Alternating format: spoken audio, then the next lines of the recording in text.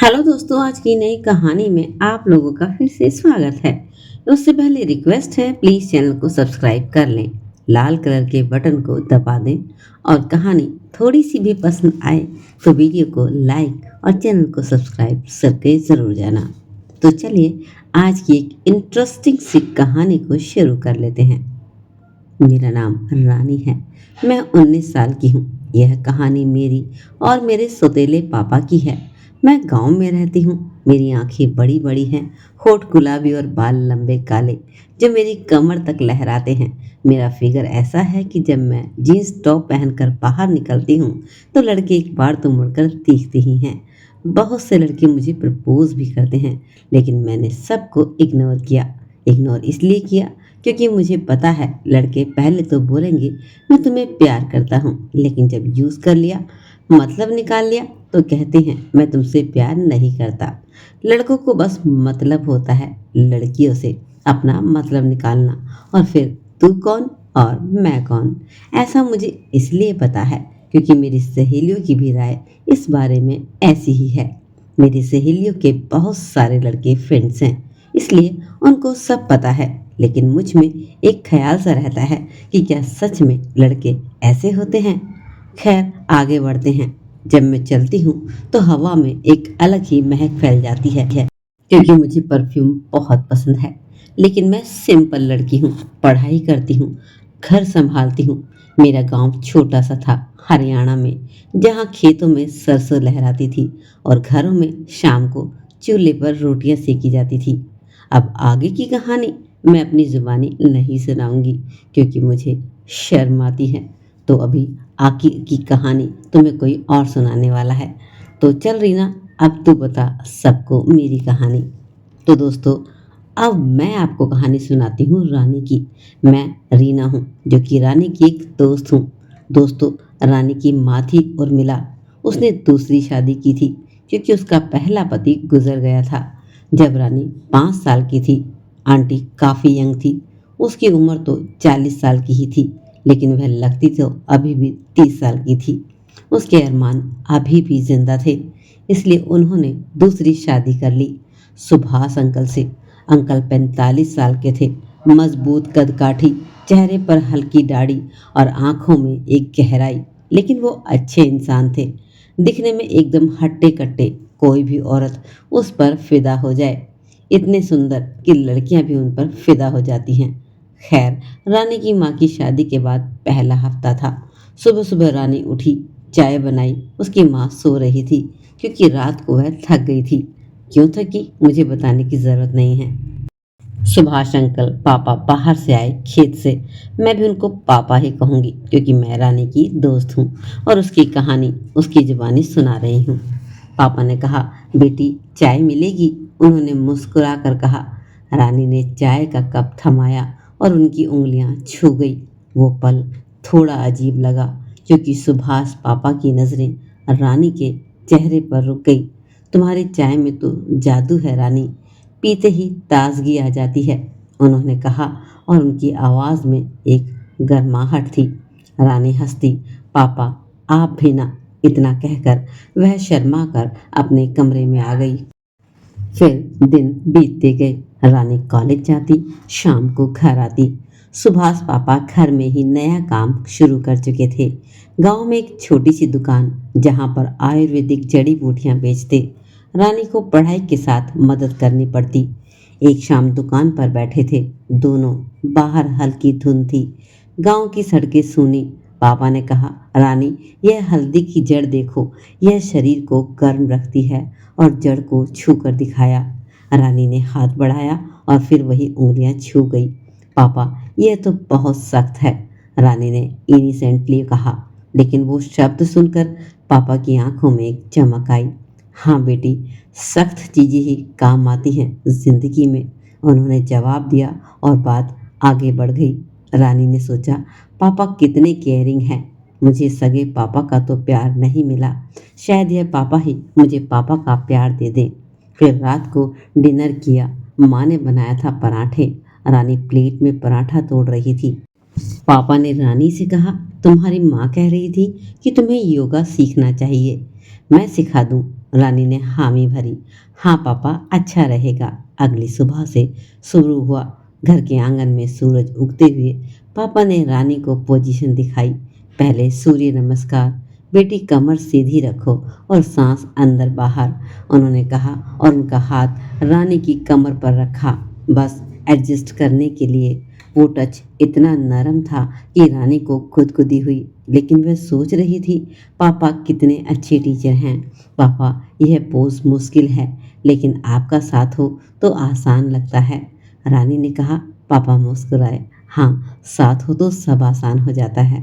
फिर दिन गुजरते गए। योगा की क्लास जारी रही। एक दिन पोज में रानी गिरने लगी। पापा ने पकड़ा, उनका सीना रानी के खिलाफ लगा। पल भर के लिए सॉरी पापा, रानी ने कहा। कोई बात नहीं, पापा ने कहा। रानी बेटी, मैं हूं ना, गिरने नहीं दूंगा, उन्होंने कहा और आंखों में गहराई फिर दिखी। रानी रात को सोचती, पापा कितने प्रोटेक्टिव हैं, लेकिन दिल में एक टेंशन थी। पर माँ खुश थी, कहती सुभाष कितने अच्छे हैं, रानी को बेटी जैसा मानते हैं। अब दुकान का काम बढ़ा। रानी शाम को जाती, जड़ी बूटियाँ पैक करती। एक शाम एक कस्टमर आया जो जड़ी बूटियों के बारे में पूछ रहा था। पापा ने रानी से कहा, बेटी वो बॉक्स ऊपर से उतारो। काव्या स्टूल पर चढ़ी, बॉक्स उतारने लगी। पापा नीचे से पकड़े हुए थे। रानी ने कहा, पापा यह भारी है, उन्होंने कहा। मैं संभाल लूँगा, तुम बस पकड़ो। फिर बॉक्स उतारते हुए रानी का पैर फिसला, वह पापा के ऊपर गिर पड़ी। दोनों हंस पड़े, लेकिन वह क्लोजनेस, रानी का दिल धड़का। पापा आप ठीक हैं? हाँ बेटी, तुम्हारी वजह से तो और अच्छा लग रहा है, उन्होंने मजाक में कहा। फिर रानी आगे बढ़ी। गांव में एक फेस्टिवल आने वाला था, लेकिन मेला जहाँ नाच गाना होता है। पापा ने कहा, रानी तुम तैयार हो जाओ, हम सब जाएंगे।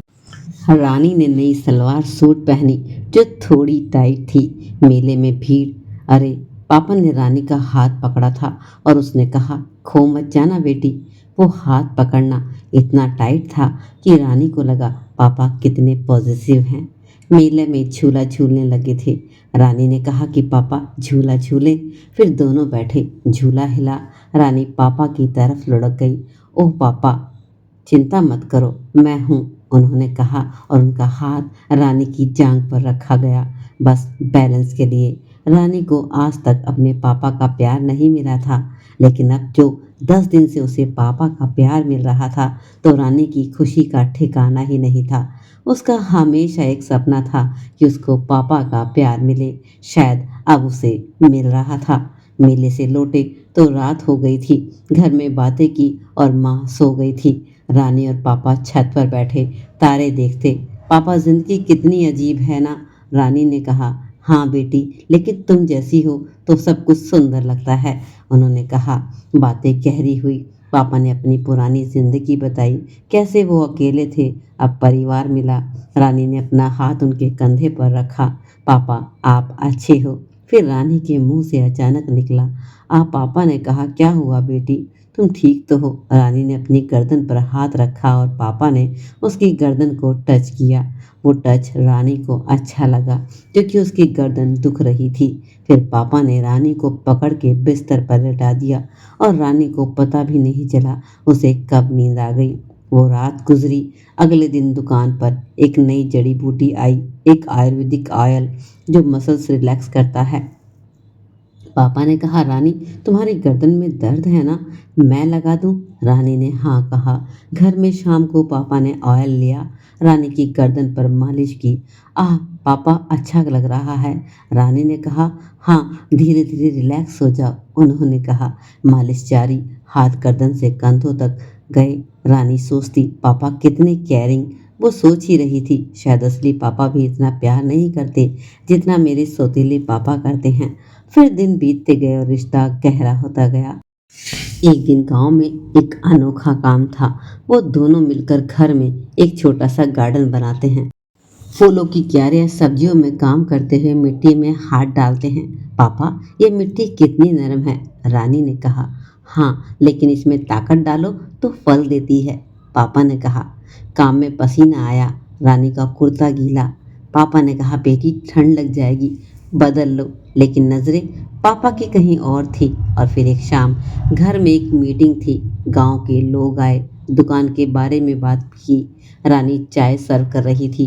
पापा की नजरें रानी पर थी। गर्व से मीटिंग के बाद पापा ने कहा, रानी, तुम्हारी वजह से दुकान चल रही है। और गले लगा लिया। वो हग थोड़ा सा लंबा लेकिन पिता वाला। रानी को लगा परिवार पूरा हो गया। योगा की क्लासेस जारी थी।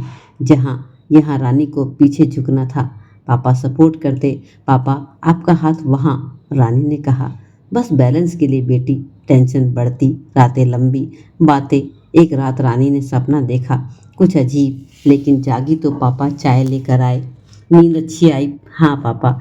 लेकिन सपना, वह रुक गई। सपने में क्या था वह तो रानी को ही पता है। उसने मुझे भी नहीं बताया, इसलिए मैं आपको भी नहीं बता सकती। गांव में अफवाह, ये अफवाह लोग कहते सुभाष और रानी ज़्यादा क्लोज हैं, लेकिन घर में सब अच्छा। माँ कहती, रानी, पापा तेरे लिए कितना करते हैं, शायद तेरे असली पापा भी इतना ना करते। दिन गुजरते गए। एक दिन पापा ने रानी को बुलाया, बेटी आओ, एक बहुत ज़रूरी बात करनी है तुमसे। रानी टेंशन में थी। ऐसी क्या बात हो सकती है? इतना वो सोच ही रही थी कि पापा ने कहा, बेटी, मैं तेरी माँ से शादी इसलिए की क्योंकि मैं तेरा असली बाप हूँ। इतना सुनते ही रानी शौक लगा। उसे लगा शायद कोई सपना है। उसका दिल जोरों से धड़क रहा था। पिछले कुछ दिनों से घर का माहौल थोड़ा अलग लग रहा था। वो योगा की क्लासेस, वो मालिश, वो मेले में हाथ पकड़ना, सब कुछ अब उसके दिमाग में घूम रहा था। क्या पापा कुछ गलत सोच रहे थे या फिर वह अपनी सहेलियों की बातों से प्रभावित हो गई है? वो सोच ही रही थी कि पापा ने उसे बिठाया और कहा, गहरी सांस लेकर बोलना शुरू किया, बेटी, मैं तेरी माँ से शादी इसलिए की क्योंकि मैं तेरा असली पापा हूँ। इतना सुनते ही रानी को शौक लगा। उसे लगा शायद कोई सपना है या मजाक। उसकी आंखें फैल गई और मुंह से निकला, क्या पापा, यह आप क्या कह रहे हैं? यह कैसे हो सकता है? पापा ने उसका हाथ पकड़ा, लेकिन इस बार तो टच पूरी तरह पिता वाला था। उन्होंने धीरे से कहा, सुनो बेटी, सब कुछ बताता हूँ। सालों पहले जब मैं और तेरी माँ जवान थे, हमारा एक अफेयर था। हम दोनों गांव में ही रहते थे, लेकिन परिवार और समाज की वजह से छुप छुप कर मिलते थे। वो प्यार इतना गहरा था कि एक दिन तुम पैदा हुई, लेकिन माहौल इतना सख्त था। शादी से पहले बच्चा होना बड़ा पाप माना जाता था। तुम्हारी माँ के परिवार ने उसे किसी और से शादी करने पर मजबूर किया। वह आदमी जो तुम्हारा सगा पापा माना जाता था, वो दुनिया से चला गया और मैं भी शहर में जाकर नौकरी कर रहा था। लेकिन दिल से कभी मैं अपने परिवार को कभी भूल ही नहीं पाया। रानी स्तब्ध थी। उसकी आंखों में आंसू आ गए। रानी रो के बोली, फिर पापा आप लौटे क्यों? और यह राज इतने साल छुपाया क्यों? पापा ने सिर झुकाया। उनकी आंखों में भी नम थी। जब तुम 4 साल की थी और वह आदमी गुजर गया तो तुम्हारी माँ अकेली पड़ गई। मैंने सुना तो मैं वापस आया, लेकिन राज खोलने से डरता था। सोचा अगर गांव वालों को पता चला तो तुम्हारी जिंदगी बर्बाद हो जाएगी, अफवाहें फैलेगी, लोग तुम्हें ताने देंगे। इसलिए मैंने तुम्हारी माँ से शादी की, लेकिन सबको लगा कि यह दूसरी शादी है। मैंने तुम्हें बेटी कह कर पाला, लेकिन असल में तुम मेरी अपनी रगों का खून हो। वो सारी केयर, योगा सिखाना, मालिश करना, हाथ पकड़ना, सब इसलिए क्योंकि मैं तुम्हें खोने का दर्द सह नहीं सकता था। मैंने कभी गलत इरादा नहीं रखा, बस पिता का फर्ज निभाया जो सालों से दबा हुआ था। रानी अब रो रही थी, लेकिन वो आंसू खुशी और सदमे के मिश्रण थे। उसने पापा को गले लगा लिया। पापा, असली पापा मुझे लगा था आप नहीं हैं। मैं गलत थी। मेरी सहेलियां कहती थी लड़के ऐसे ही होते हैं, लेकिन आप तो पापा हैं। अब सब समझ आया। अरुण, सुभाष पापा ने उसे थपथपाया, बेटी, अब राज सिर्फ हम तीनों के बीच रहेगा, लेकिन याद रखना मैं हमेशा तुम्हारा असली पापा हूँ और वह प्यार कभी नहीं बदलेगा। उस रात रानी को लगा जैसे उसकी जिंदगी का एक बड़ा बोझ उतर गया और वह परिवार अब सच में पूरा हो गया। तो दोस्तों यह थी आज की एक बहुत ही इमोशनल सी कहानी। आशा है आपके दिल को छू गई होगी और कहीं न कहीं आपने भी इस तरह के रिश्ते अपने आस-पास ज़रूर देखे होंगे। तो आप भी अगर ऐसा रिश्ता अपने आस-पास कोई देखा है तो उसके बारे में अपनी राय कमेंट सेक्शन में ज़रूर शेयर करें और कमेंट सेक्शन में बताएँ कि आपको कहानी कैसी लगी।